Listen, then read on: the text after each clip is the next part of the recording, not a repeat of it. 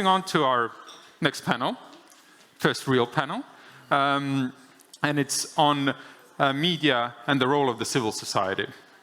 To moderate the panel, we have a special guest from Estonia, Mr. Holger Roonemaa. He's one of the most respected investigative journalists in Estonia, head of the investigative and fact-checking desk at the news portal Delfi, and has extensively studied, written on topics related to Russia, propaganda, and disinformation. He is one of the more awarded journalists in Estonia, also the Bonnier Prize in 2021 and 22. And also, in addition to journalist work, does a lot of work in training younger journalists to be investigative journalists. So, please, Holger, the floor is yours. Thank you for a very kind introduction. It's really an honor to have a chance here to moderate this second panel of a conference today, focusing on media freedom and the role of civil society as well. In my everyday life, running the small investigative team in Delfi, I have had a chance to work alongside many Belarusian investigative journalists that we have investigated together topics ranging from illegal migration, illegal workforce, to sanctions evasions, all sorts of other financial crime and organized crime, up to, of course, the dealings of the regimes of Putin and Lukashenko. And I have nothing but awe and admiration towards my Belarusian colleagues, because they have always shown the highest journalistic standards, and are knowing in which conditions they need to work in their daily lives. It's even more inspiring for me as well. But this panel is not about me, it's about the guests who I'm very happy to introduce. Let's start going from this way. Hanna Liubakova is a Belarusian journalist, analyst, renowned for her expertise in Belarusian politics, media, human rights. She has published in Washington Post, The Economist, Deutsche Welle, other very renowned Western international media as well. And right now, Hanna, if I'm not mistaken, you are the non-resident fellow at the Atlantic Council. Then next, we have Natalia Belikova. She's a board member and head of international cooperation at Press Club Belarus, which is an umbrella organization for Belarusian independent media outlets, and it works to preserve Belarusian journalism and foster media development, now exiled Belarus. And she is also a trained international lawyer. Moving forward, we have Aleksandra Pushkina, who is one from the team of former Tutbay employees who started the new Zerkalo media project, where she now serves as the director. And Zerkalo is one of the leading independent media outlets, sites among Belarusian independent media, of course. It has more than 2.5 million readers, visitors every month, which is a huge number. And on different platforms, Zerkalo's videos are watched more than 60 million times every month. Yep. Moving on to Anton Penkovski, who is the Director of Communications at IMN. IMN is the largest network of Belarusian emerging media projects in exile, and it includes traditional online outlets, but also Telegram channels, YouTubers, bloggers, online influencers, and content creators. And last but not least, we have Olena Malynovska, and she is a senior key expert at the EU Regional Communication Program for the Eastern Neighbourhood. In her role, she oversees media relations and collaborations with media outlets, influencers, and civil society organizations in the Eastern Partnership countries.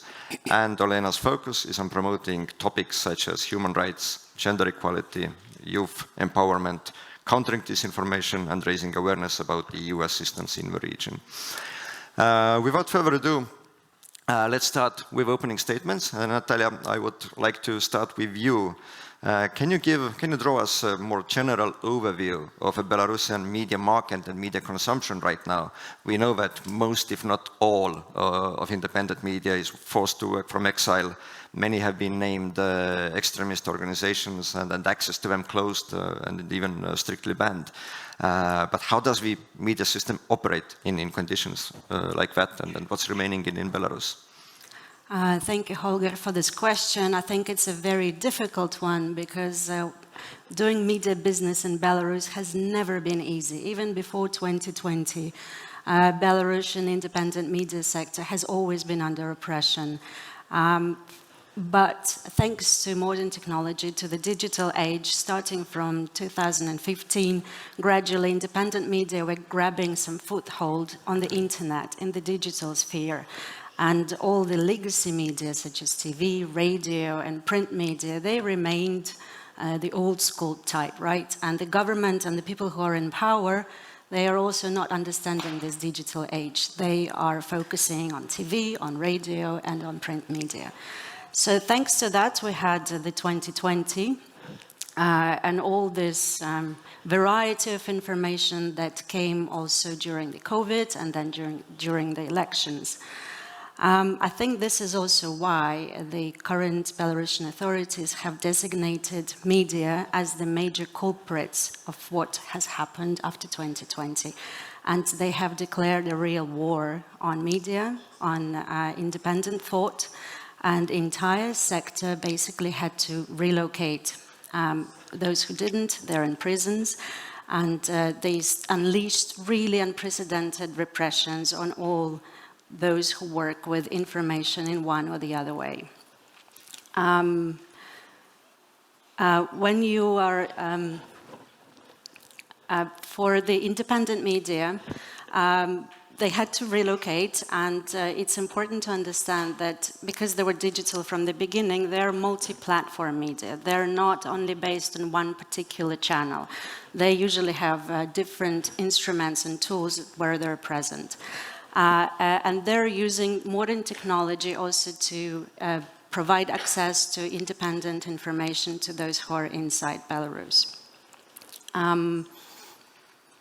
Speaking of those, currently the independent media landscapes looks like this. There are newsrooms that are fully working from exile. This means that the managers and the journalists are in exile, and there are distributed newsrooms. That means management is in exile and journalists continue working from inside Belarus.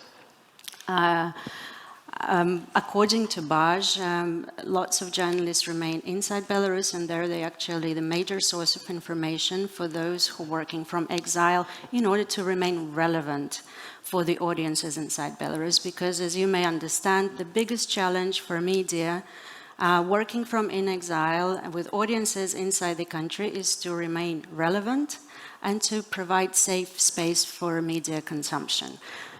Speaking for media consumption, this has also been criminalized. So consuming independent media is also putting you is a threat.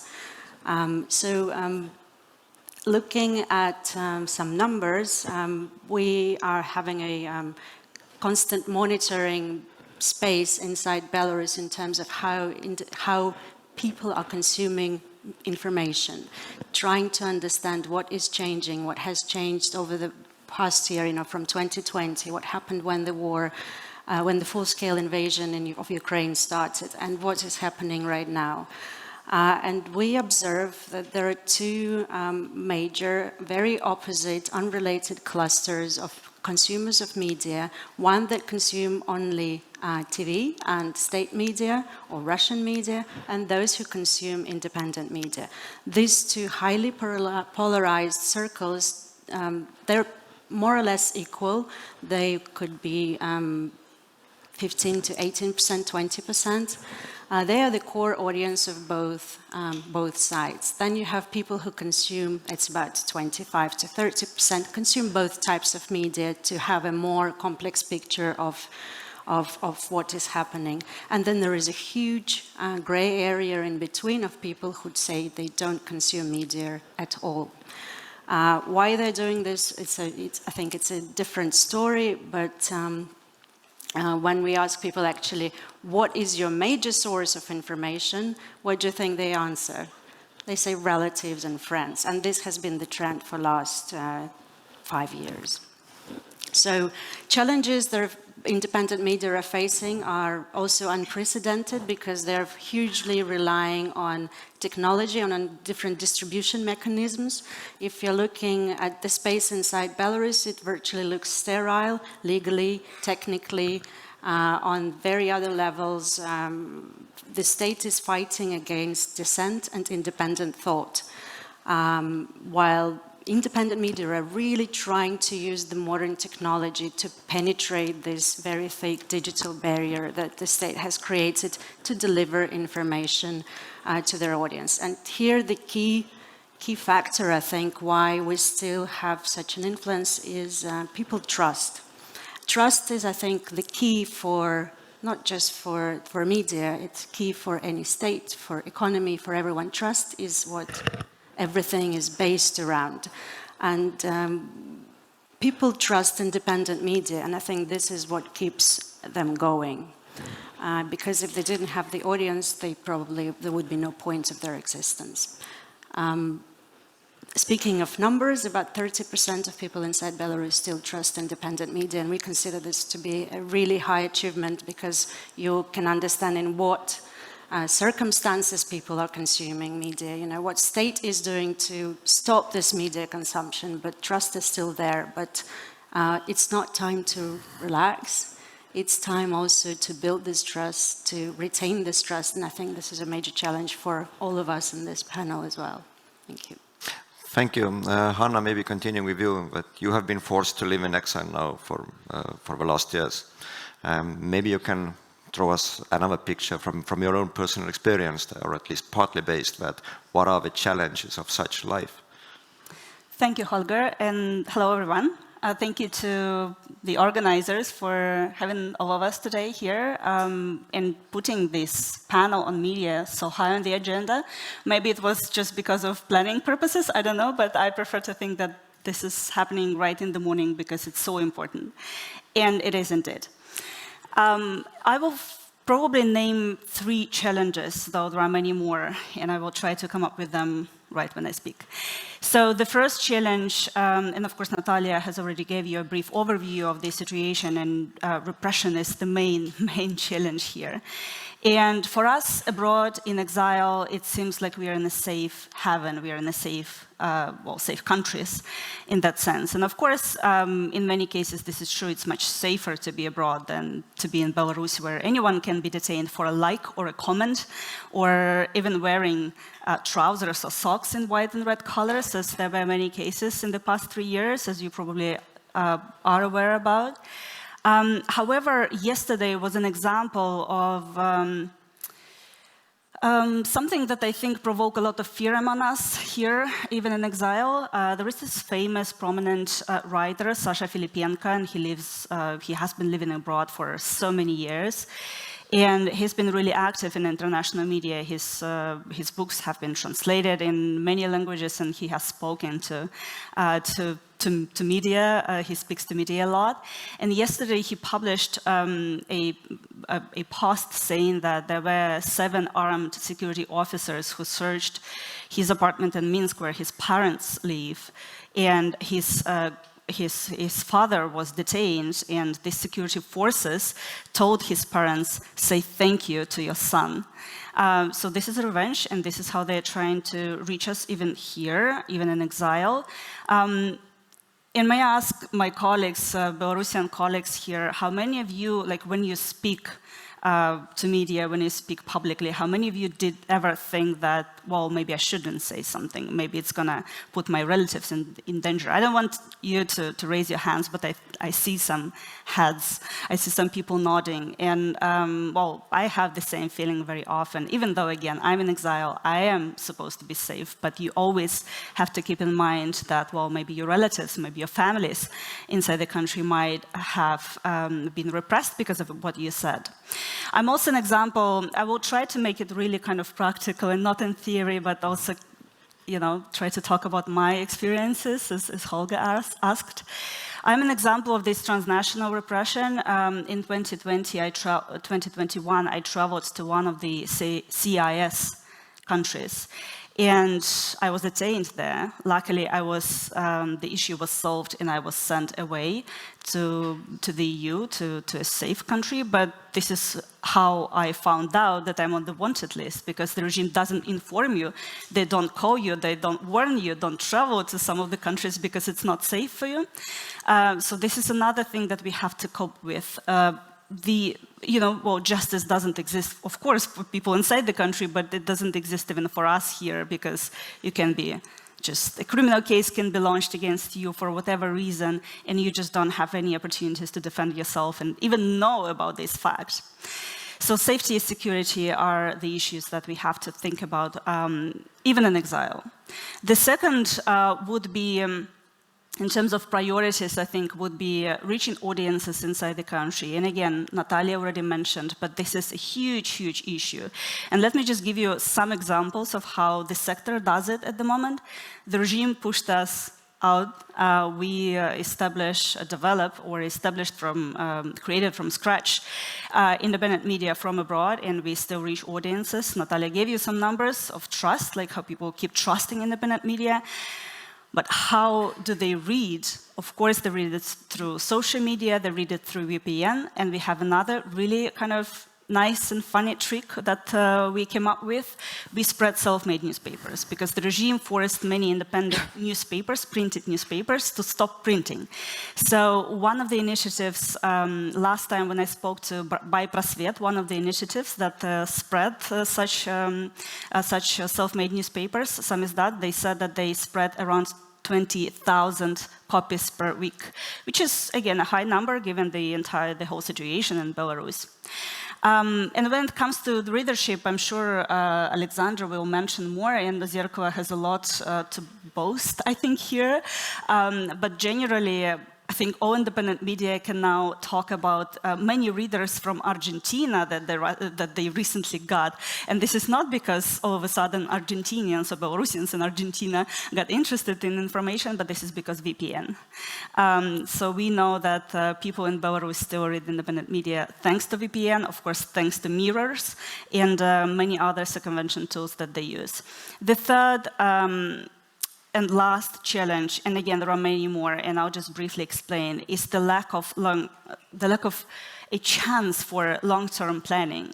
And this affects us both institutionally and psychologically.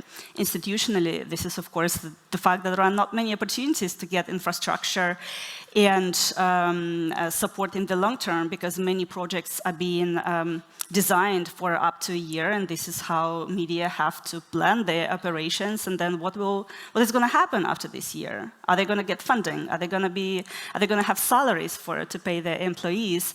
And many more issues. And of course, for us on a personal level, you just cannot plan your life either, and this is a huge stress. My residence permit where I live right now expires in a month, and of course I'm hoping to get a new one.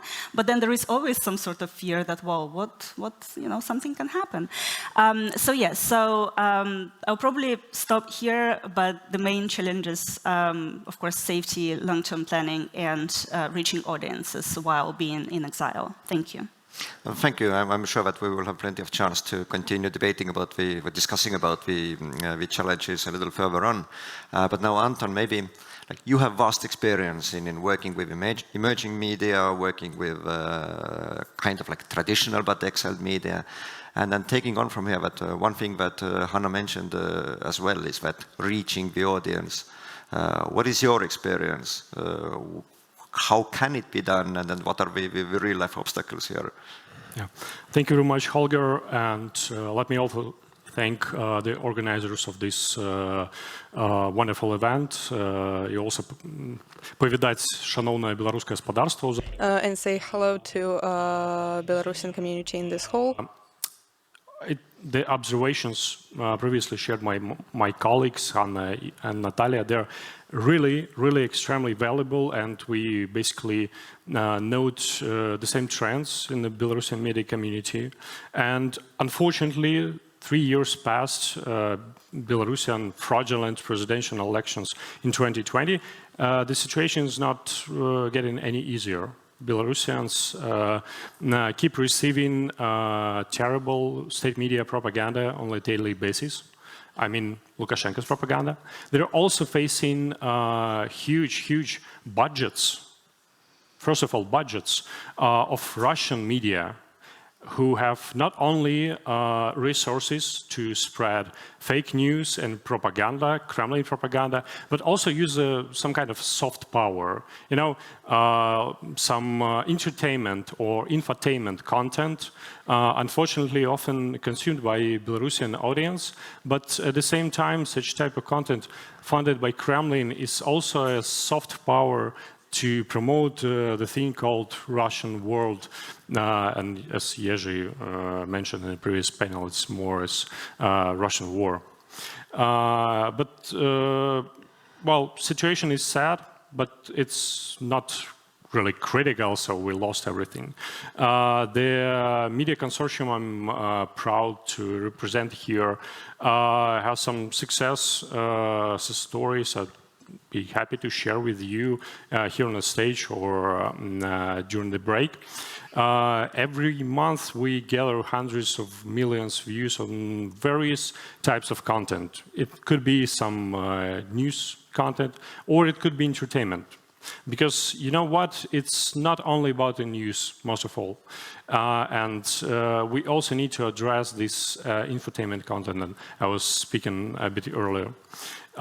Because, again, as I said, Belarusians are all different.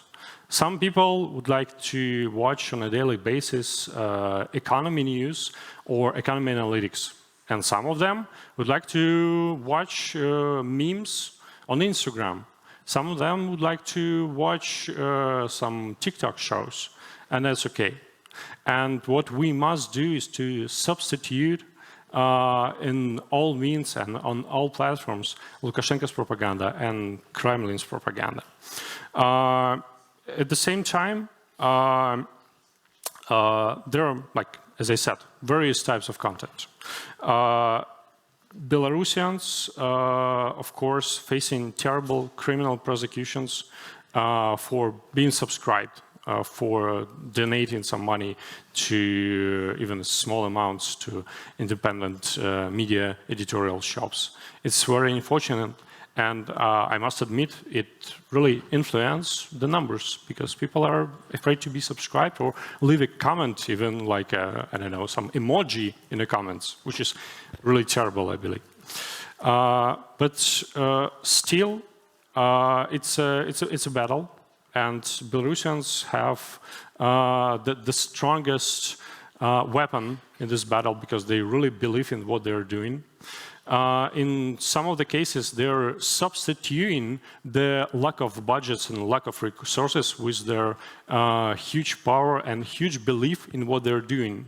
Being really creative, doing just amazing job just from scratch, with very limited resources, but they are doing something that is probably on the same production level as Kremlin multi-million budget shows. It is amazing. At the same time, we are really grateful for our audience, first of all, for reading and following us. It's something that must continue, and that's the battle Belarusian media are facing now. And just imagine how creative Belarusian media must be now. Let's imagine that Russian propaganda or Kremlin, or however we describe it, decides to shut down or filter YouTube, as they're already trying to do, implementing some special tools just to filter some channels.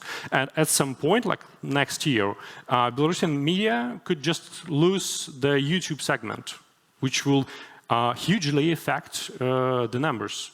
So we must run 2 times, 3 times faster, have plan B, plan C, plan D, whatever, and always think if we'll lose this opportunity, how many other plans we have.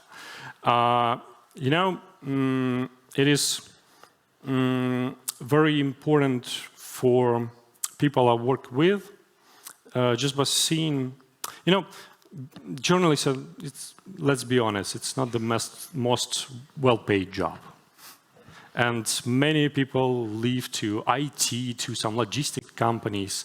But those who live in the media sector, they really believe in what they're doing. They're feeling Belarus as their own.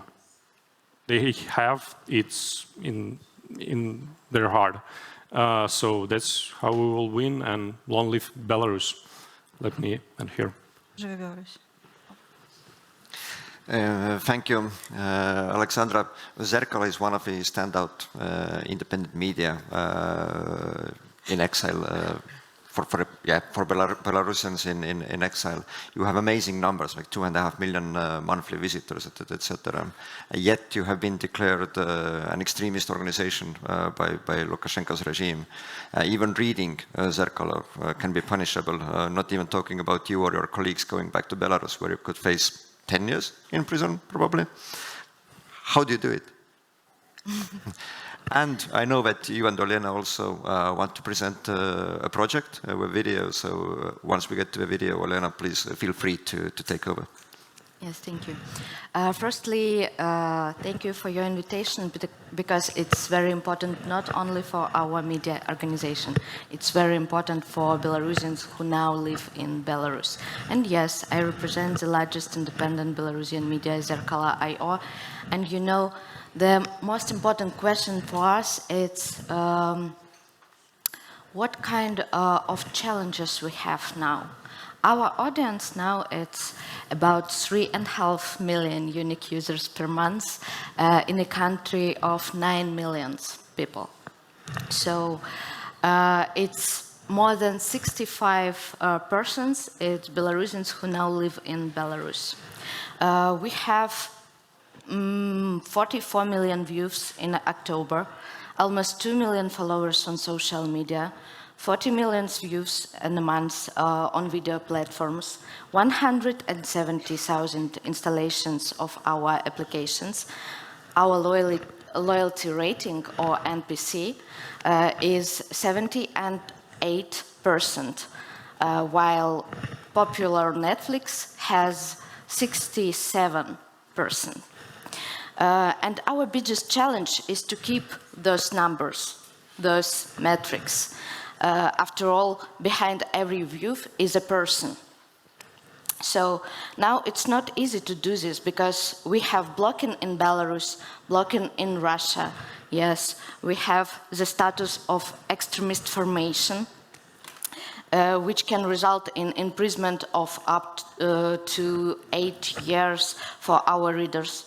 We use mirrors and they are constantly blocked. As of today, more than 100 of our domains was blocked. So it's a battle of technology. We see technology, money, we see higher level journalism.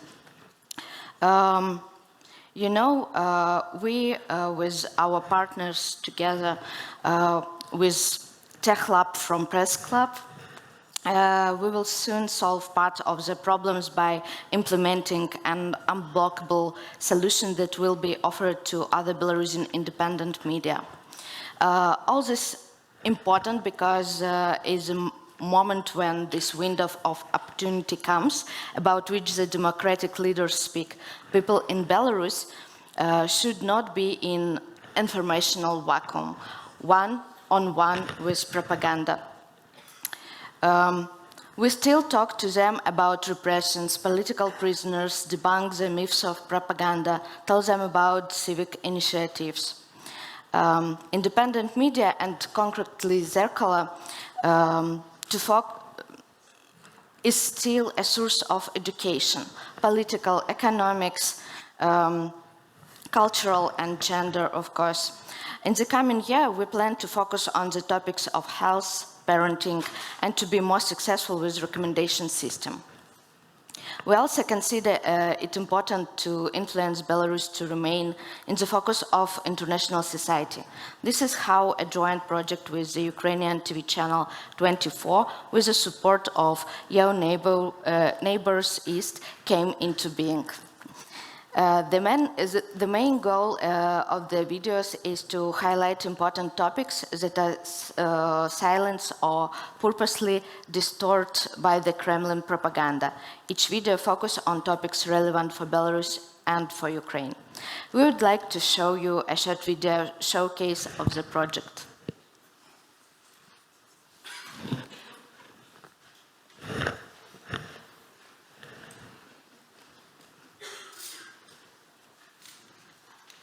Oh, no. Can we get the video, please?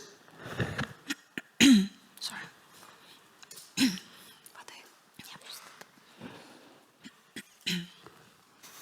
It's coming in a second.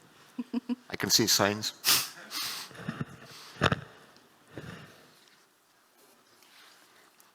Silence. Мною принято решение о проведении специальной военной операции.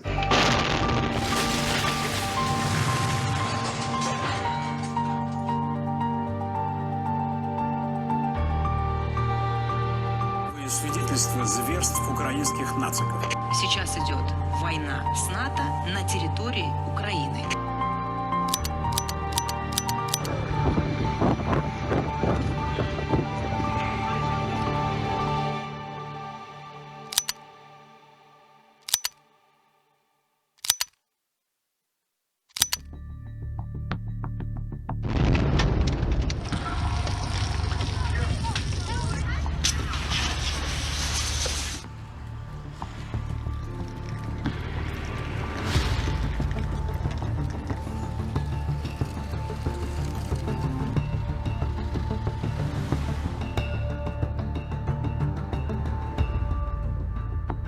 На конкретных примерах объясним, что украинцы имеют свою древнюю историю. Мы попытались разобраться, зачем Россия вторглась в Украину, используя версии кремлевских чиновников.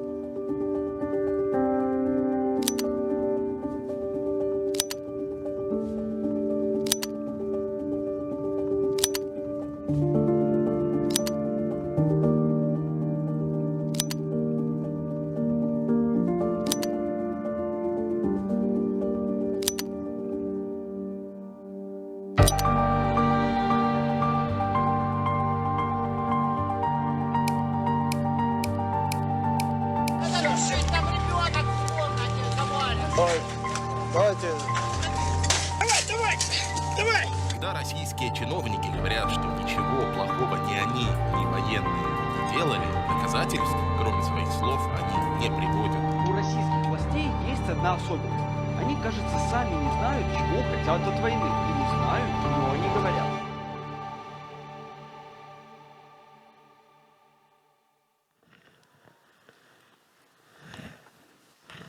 Olena, please.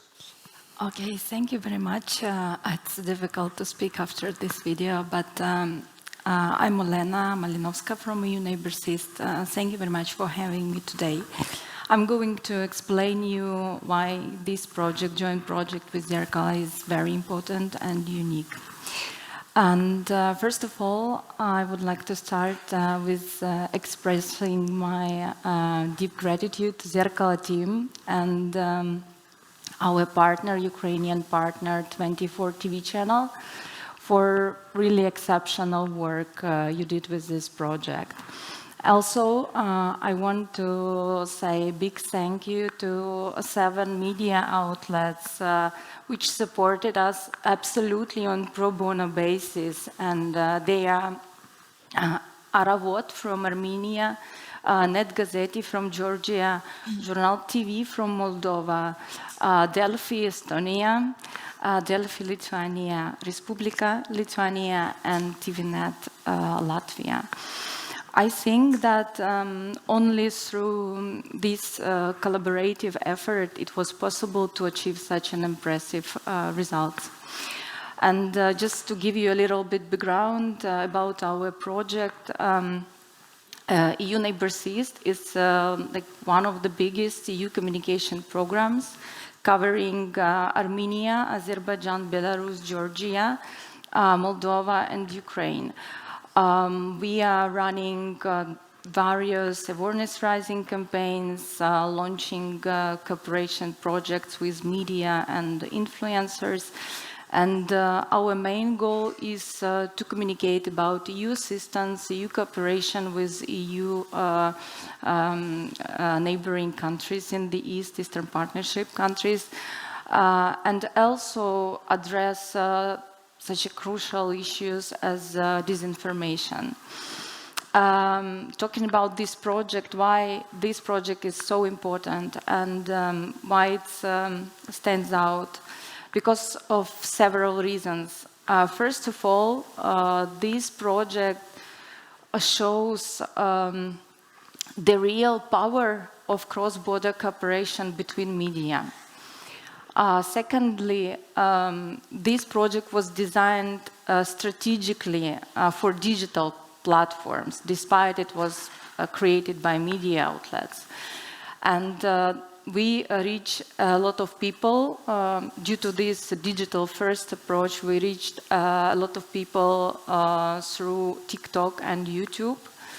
And it's really allowed us to engage with much wider Russian-speaking audiences in terms of age and location.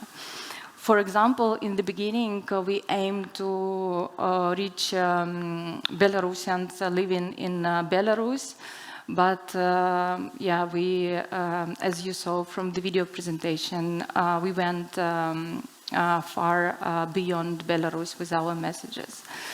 And last but not the least, that for us it was important to bring a voice of Belarusian independent media to EEP countries, Eastern Partner region, and especially to Ukraine, to show Ukrainian people that there are Belarusian independent media which actually supporting Ukraine and supporting Ukraine in communicating Ukrainian narratives. This was very special for us.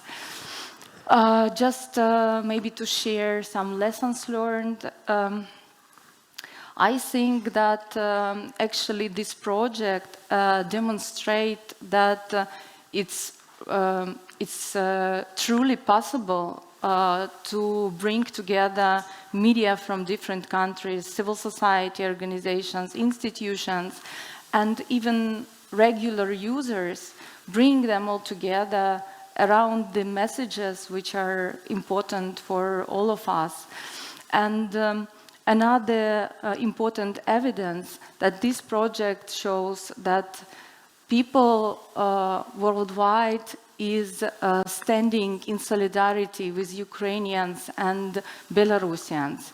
And actually, this conference is yet another one confirmation of this support. So thank you all very much for that. Thank you. Thank you. Maybe it's a good idea, good place now to actually ask, but we have a lot of international audience as well in this room. But what can the international community do? What are the expectations? What is there that they can do from a media point of view? That as Delfi Estonia, Latvia, Lithuania, we're regional media, we can amplify the voices, the messages, the content that you're producing. We have been working together with Belarusian journalists, including investigating Belarusian directly related to the regime issues. We have international networks where we have specific procedures in case of security issues and such. But for example, the Estonian state, the foreign minister was saying that Estonia has a gap of 35 residency permits that we allow for not only Belarusian, but Belarusian and Russian independent journalists, which is, I'm sorry to say, but it's a ridiculously small number.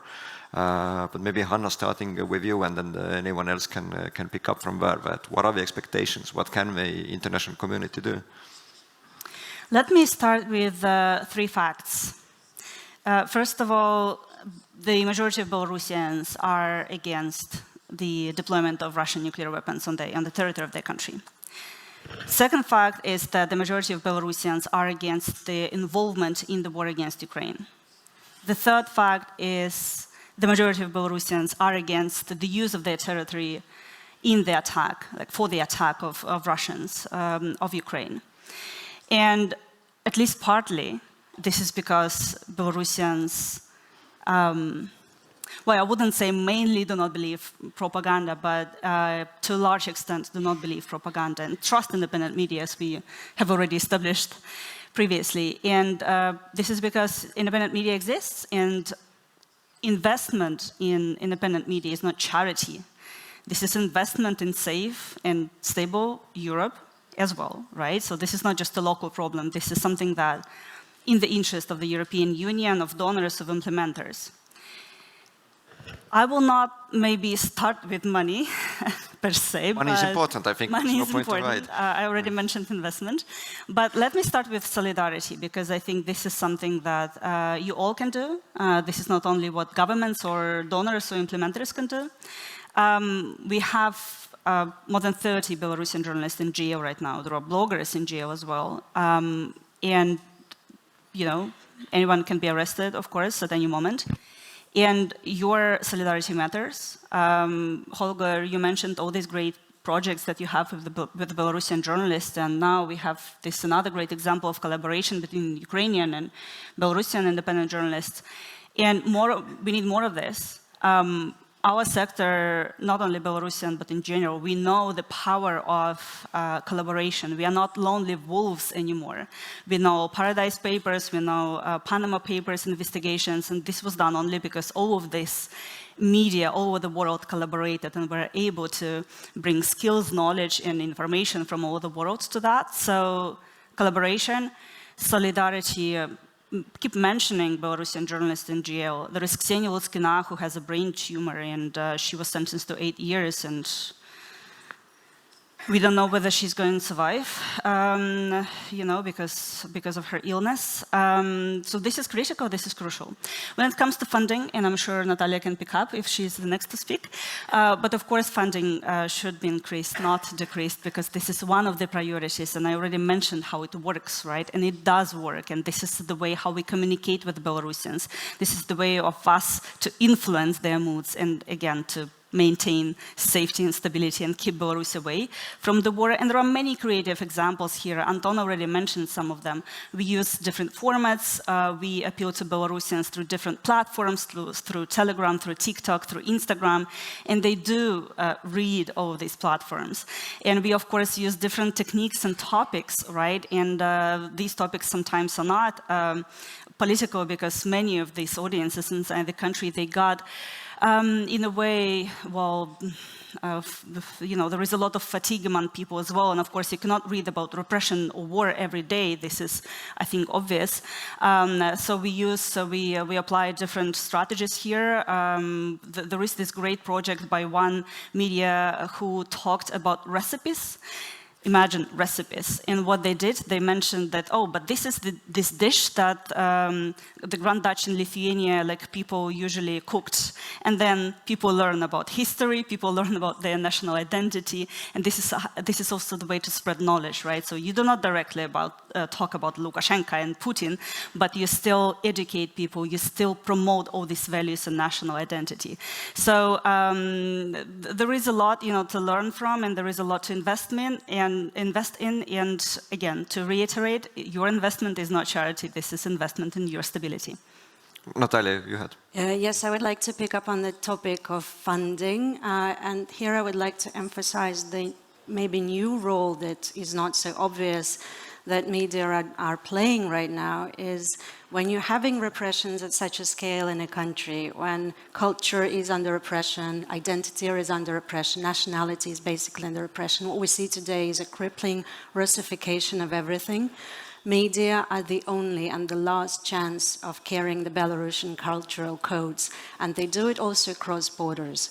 They are preserving them outside Belarus, and they're also preserving them inside Belarus in this kind of virtual space. So having a very broad and diverse ecosystem of different types of media, starting from regular, you know, reporting newsrooms, you know, news organizations, vloggers, independent content producers that are platform-based or anything, any type of information or with any size of audience, they're all part of the ecosystem that feeds into one major goal to preserve the democracy that we saw the birth of it in 2020 and previously. And so I think it's a challenge on the funding side because business, actually media is a business, news making is a business everywhere in the world. But at this particular moment in time, we're having newsrooms that are unable to make money. Because to make money, you need to be inside the country, you need to be within your ecosystem of businesses, of business relations with advertisers, with your local audience. So it's very local issue. Media are something very local. Right now, it's impossible. So financial support and investment from outside is vital to preserve this ecosystem. The importance of this ecosystem also stems from the fact, and it's not just our research, it's the global research, newsrooms, the news actually help to fight disinformation because having reliable, consistent reporting on what is happening, on the facts, I'm not even talking about the truth because this is arguable, but facts, what is happening, how to interpret this from this side or this side.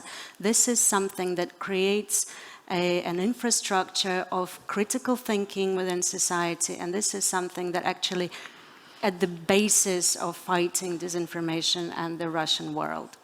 I would also like to say that this particular conference is also part of the greater complex of things that can be done to help us, because this particular conference, when Estonia is a much more advanced understanding of the problems that Belarusians have, but if you're going to Germany, Austria, France, this is like, oh, so how are your protests are doing? These are the questions that I'm receiving. So if other EU states could pick up on this fantastic experience and help us also to reach out to your audiences, that would be really great, because people inside EU are not really aware of what is happening inside Belarus.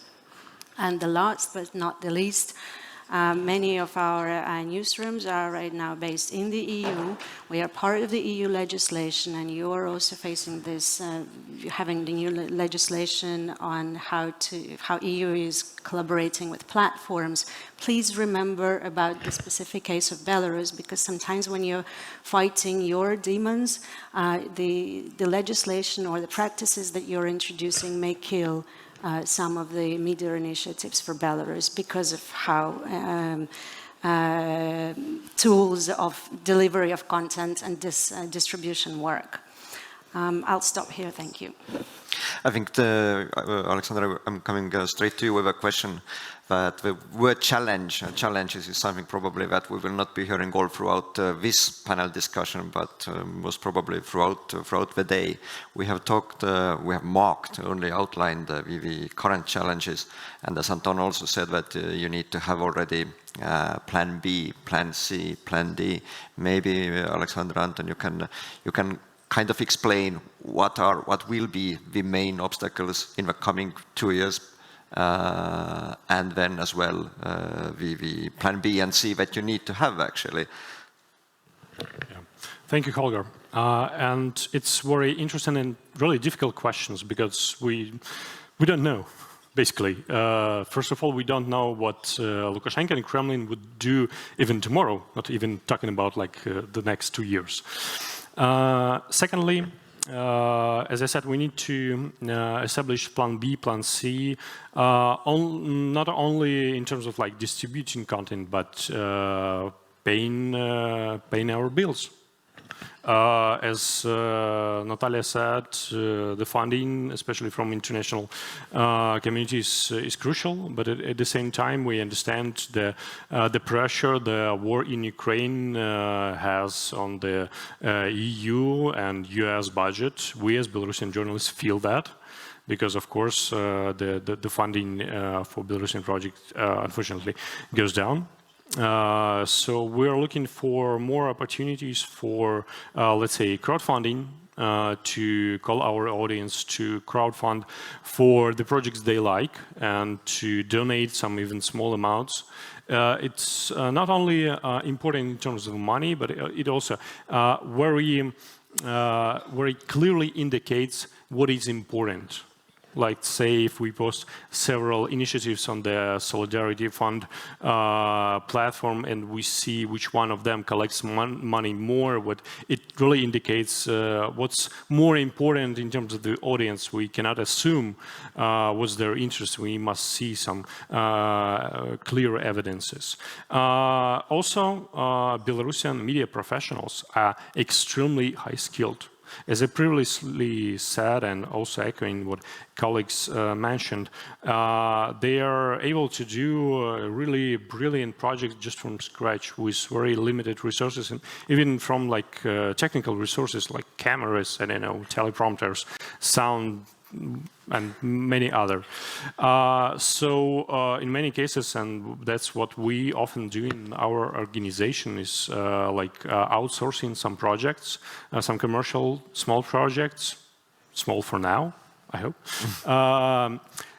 So providing the expertise of Belarusian media professionals that can do great projects on local markets of Lithuania, Poland, and other countries, and comparing with other like job markets from the media sector.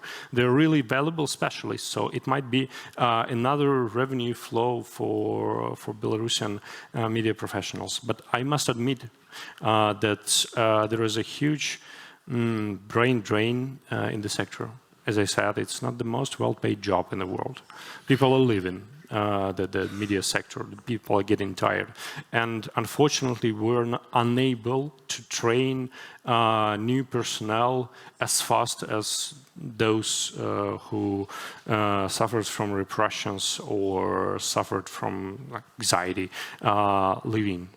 So not even mentioning like the funding, expertise and training is also really valuable for new members of Belarusian journalistic community. It's been 3 years. There are new people coming to the sector. Just last week I've interviewed like 3 people who are like in their 20s. And of course they need more experience, they need more expertise. And we also need Belarusian, we also need European and US community to help us with expertise, and then we'll be prepared for any challenges that Lukashenko and Putin will supply us with. Thank you. Holger trains investigative journalists. Yeah, sure. Aleksandra, do you want to build on that about the challenges and then the plan B and C that you said as well? That one of the main challenges is to remain relevant inside Belarus as well. So yes, maybe yes. For me, it's information, source of information, because now from Belarus.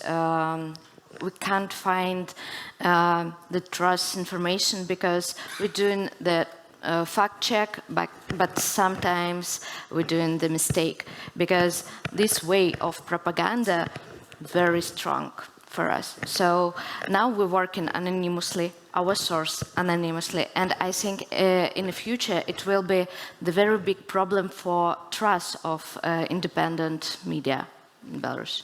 And of course it's money, because you know the terms of our support contracts very short, and it's very difficult to have a strategy for your work. I mean, the question of money is it's not a joke. It's something very serious. But all classic revenue streams that a normal media outlet would have been destroyed. But you can't have donations. It's very difficult to sell subscriptions. It's very difficult to sell ads. But I'm just wondering that have you kind of analyzed or calculated what's the total budget that independent media in exile kind of should have to remain sustainable? About sustainable, it's a very difficult question, because now our budget, it's 99% from donors. We try to do some mixed model for our media. We try to do advertising, but you know, our audience, it's Russian-speaking or Belarusian-speaking audience, so mostly from Belarus. And this audience, it's audience for Belarusian business. And if Belarusian business moved to, for example, Poland, this business try to do some advertising, but it's really a small percent, because some businessmen have two businesses, one in the Belarus and one in exile. And it's very dangerous to support the extremist formation. It's a criminal case, of course. And the nation, it's a challenge for us now, because the Belarusians who now live in Belarus can't support us. And for foreigners or for Belarusians who live in exile to have, you know, prisoners, political prisoners, and civic initiatives, and other forms of donations. So it's not very resultive for us now. We have 15 minutes remaining. I think that it's a good chance to try to get some questions in from the audience. Yeah, we have a microphone somewhere. We can see a question here, and then in the third row. And also, please briefly introduce yourselves. Let's have a first. Okay, we can do the other way as well. Okay, yeah, first question and then second question. Thank you very much. My name is Kristina Johannesson. I'm the Swedish Eastern Partnership Ambassador, and also beginning from Monday, the government's representative to the democratic forces of Belarus. It's a true privilege to be here at the conference and to have this panel. As early in the program, as you said, Hanna, I think this is really showing the importance of this panel. Many most useful insights for us standing ready and trying to support. I wanted to touch upon the issue, the big dilemma of language. I mean, we do understand that if you want to reach broader audiences, also cross-border, you use probably most oftenly Russian. At the same time, we know the importance of language in building the national identity and a future democratic Belarus. It would be interesting. I know this is a very, very big question, but maybe some of you, one of you or two, would like to comment on the role of the Belarusian language in the work that you are doing. Thank you. Natalia? I can just jump on straight away and say we made a very little research. We're trying to keep track how media are dealing with language. What we have noticed is there is a trend of having better presence of Belarusian language recently over the last year and a half. And it's also very interesting how media are treating the language, is that you have several options, so it's not like autocratic, like, you know, really imposing language on your audience. Sometimes you can read the same article in a different language, or sometimes you have one article already in two languages, or when you're looking at the long list of articles, you see languages just interchanging, and, you know, it's not necessarily that it is translated, but it's just, I think we assess this as a really positive trend and part of the solution. Okay. Can I quickly add on that? So one of the projects that I was involved in, and I'm still involved in, is research. So we are doing actually research into media consumption in Belarus among Belarusians, and especially among neutral audiences, like the audiences that are not politicized, the ones that are not interested in political news.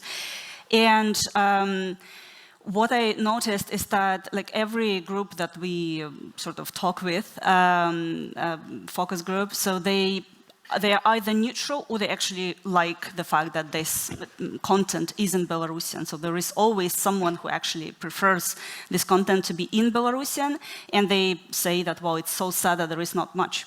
So there is a lot of potential here. Also, when it comes to propaganda and disinformation, for many people, this is a sort of how they distinguish, right? This is kind of a distinction. They immediately know that this won't be propaganda, right? Because it's in Belarusian. So most probably this is actually great.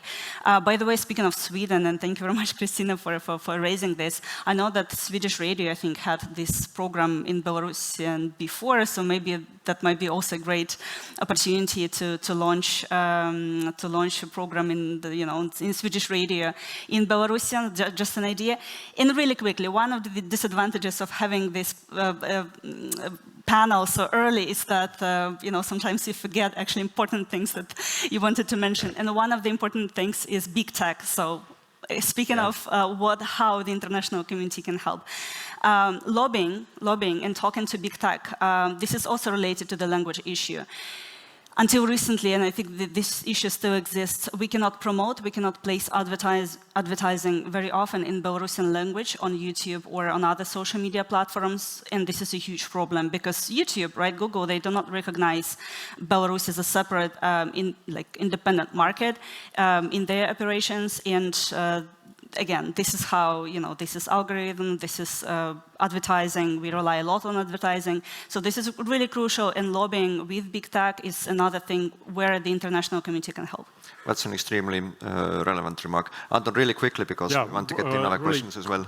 Yeah, thank you, Holger. And getting back to Christina's question about the language, it's a really interesting thing because Belarusian language is a really clear label that this content is produced specifically for Belarusians, by Belarusians, and in 90% is by pro-democratic Belarusians. Yeah, and it's very clear we don't see much propaganda in Belarusian, and that's really good. But at the same time, they're all Belarusians. We must admit that there are Russian-speaking Belarusians in the country, of course. They all deserve the same valuable content. The perfect model, like for instance, for one of our shows, we have one host who speaks Russian, one host who speaks Belarusian, and perfectly matches. In some ways, it's a question of preaching to the choir, because again, please excuse my assumption, but if we see a Belarusian speaking Belarusian, he's already pro-democratic. But we are preaching to the choir. He's already okay. But in some ways, where we are countering Russia's propaganda, we must preach to those who are still on the fence. And it also might be one of the points of our strategy. Thank you. I think let's try to get in 3 questions. Yeah, starting.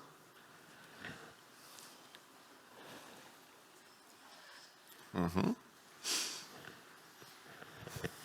Thank you very much. Katya Glod, Center for European Policy Analysis. I have 2 related questions, if I may, mainly to Natalia, but not only. So, when you spoke about this grey area that the people who are not interested in the news at all, what are the best ways to water this grey area down? How can Belarusian media increase its readership within the country? Is it more going on social media like Instagram, TikTok, YouTube? But I imagine that would consume bigger resources. One thing is to write an article, and completely different is to publish a video on YouTube or TikTok. And my second question is related to that. What is happening at the regional level? I remember from my experience of 7, 8 years ago, there were all these small newspapers that were emerging, trying to tackle very practical, very local issues. Are they able to do anything now? I mean, we read only national, we look at national media on Telegram. Do they have any channels? Are they all extremists? And I guess it might be another way to increase the readership if media focused on these very practical local issues. Thank you. I think let's take 1 or 2 more questions, and then otherwise we will run out of time. Too quick. Malynovska, member of Latvian Parliament. I would have special question to Hanna Liubakova. You explained that even you are living abroad in exile, you might face some danger, some problems due to work of Belarusian regime. Could you elaborate a little bit more, if that is possible, what kind of problems that might be, and actually what could be the help to reduce that possibility? Thank you. And then maybe one more question, and then we can start answering all. Is there any? Yep. Oh, Andres, please. Hello, I am Andres Jõesaar, media researcher and also advisor on media and Ministry of Culture. There was once mentioned Russification, and we in Estonia have a very tragic history behind of in media. Your comment about the language and the question about language is a very relevant one. What we are facing now, we have 70,000-80,000 refugees coming from Ukraine and also from Belarus, and the language of communication at the moment is in Russian, actually. They unfortunately don't speak Estonian fluently. Hope they will learn soon, but the language is in Russian.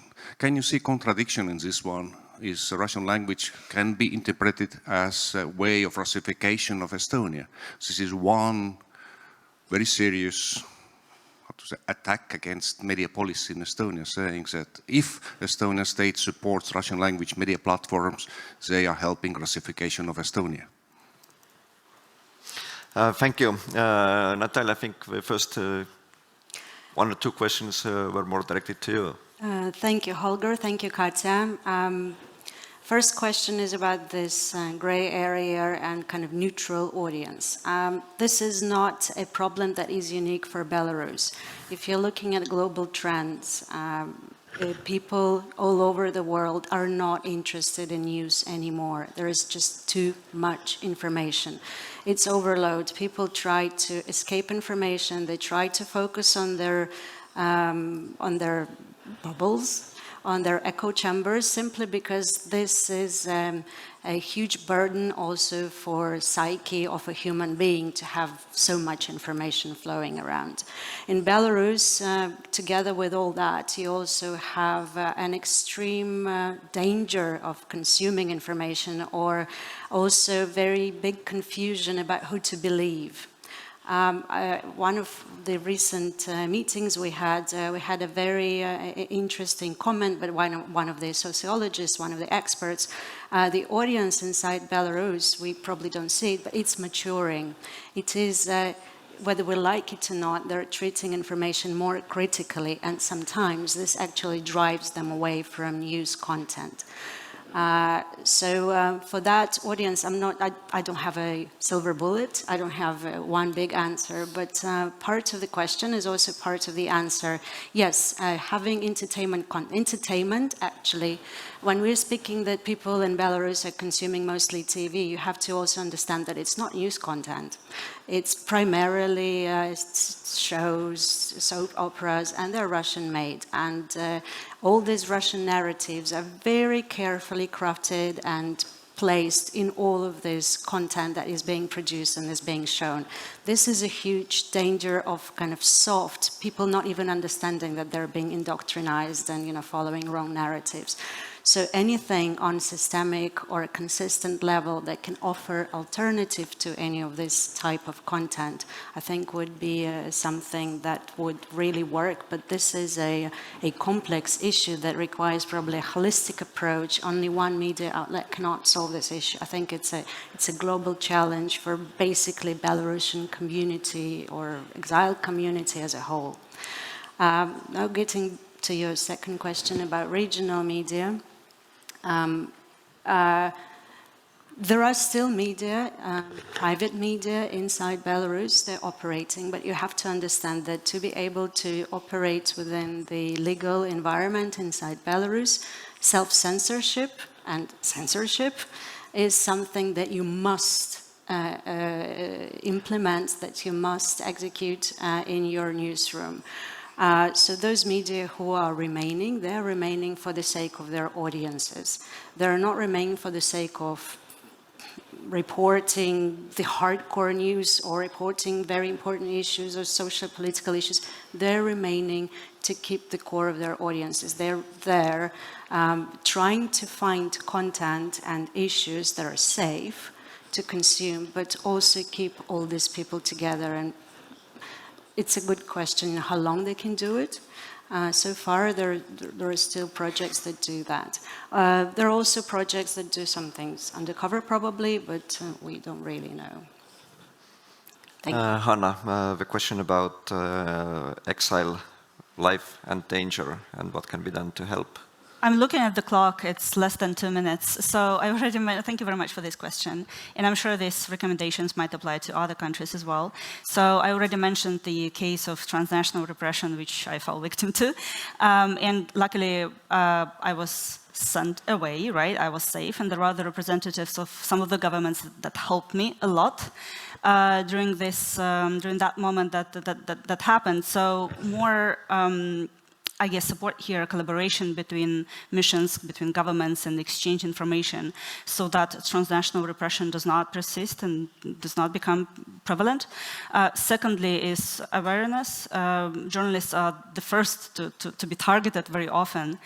So the more governments and people, right, and nations are aware of such potential cases, the better, I think, for us and for journalists and for journalism in general. And well, as I always speak in 3 points, right? And I think help with legalization is always important, right? We, of course, we often have, press cards, and we can speak with the Ministry of Foreign Affairs, and they can help us with that. But there are freelancers, right, who might not be attached to any newsroom, any media organization, and they will also need support and help with legalization. Luckily, where I live, I have a residence permit. It's like humanitarian residence permit, and this is very easy. That really made my life easier. But I'm confident not every country has the same. So perhaps there is a way how to help here as well. And the last question about Russification, or what should be the attitude towards Russian language newsroom, information room. Who wants to take it, Aleksandra? No? Anyone else? I don't have an answer because we have only 20% of articles on Belarusian language, and a long of time we write in maybe near 2 years only on Russian language after we moved to Ukraine, after to European Union. So now we write in this material, but we saw that it's not very useful because when we wrote the material only on Belarusian language, the views not very big on our platform. So if we want to do more articles on Belarusian language, we need more resources for that. Mm-hmm. Firstly, it's money and a specialist with long-term contract. So now we don't have this resource. Anton, super quick. Yeah, super quick. Just an example, probably relevant, but as all examples are half relevant. Just example for from a history. During the Cold War, there was a Radio Free Europe or Radio Liberty, etc., which was broadcasting to the Soviet Union to bring some democratic values, etc., from the EU countries. And of course was very direct matters and was very direct goals. Unfortunately, it was not the case of Russification of the local communities, but it definitely did their job. So it was really worth it, as I can see. Thank you. I know we're out of time. I know lunch is waiting. But I want to really quickly sum this panel up as well, that we have talked a lot about really depressing and then serious issues. But at the same time, I think that there are some reasons still to think positive and that have positive feelings as well. That we know that the Belarusian audience in Belarus also in large part still wants to receive and then these taking sometimes even risky steps to receive information. We know that the Belarusian media in exile, that it is professional and it is still highly motivated. But I would like you, everyone, to very briefly bring up something positive or something that would kind of give a feeling of optimism for the future, even if it's even a very small thing. Yeah, Natalia, you're the first one, please. I can start. I have two pieces of optimism. The truth or the facts on our side. So I think in the end, the victory is on our side. That's on a more general comment. And on more sort of human comment, we just recently had a couple of people coming from Belarus, and and we wanted to know their opinion, so how they're consuming media, what they think about, maybe we're just, doing this all wrong, doing something very differently, and they say, no, please do. When you're there, and you just, once a week, you just go through these Telegram channels to just, recap on 1 week of what was happening. It's like a breath of hope to see that there is world out there, that someone's still thinking of us, that you're still doing whatever you can to help us to have a better future. 3 points really quickly, as always, right? It's actually funny how they gave us 5 more minutes. I was like, wow, the number changed at this clock. So first of all, no one stopped operating, right? Since 2020, many of us, many journalists and all major newsrooms had to relocate, but they did not stop operating, not for a day, which is crucial.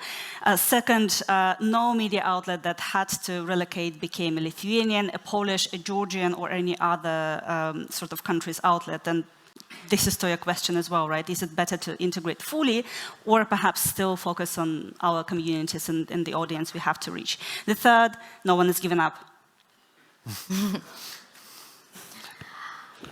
Okay, in our organization we said we don't have problems, we have tasks. So I think after this really difficult way, we will more strong and really professional media, world professional media. That's great. 3 years passed, we stay strong. We're bulletproofed, or please excuse me, we're proved by time, and it's amazing. And another point, there's new generation of young people wanting to join Belarusian media community, and it's awesome. We almost have a new generation. Of course, 3 years it's not enough for generation theory, but still we have new people coming, which makes it really valuable. Thank you. Olena? Yeah, I would like to say that all we here doing our bits to promote democratic values, and I think that to bring our efforts to the next level, we really need to explore more partnership and collaboration, especially in terms of communication and outreach. Thank you, everyone. Thank you. Thank you.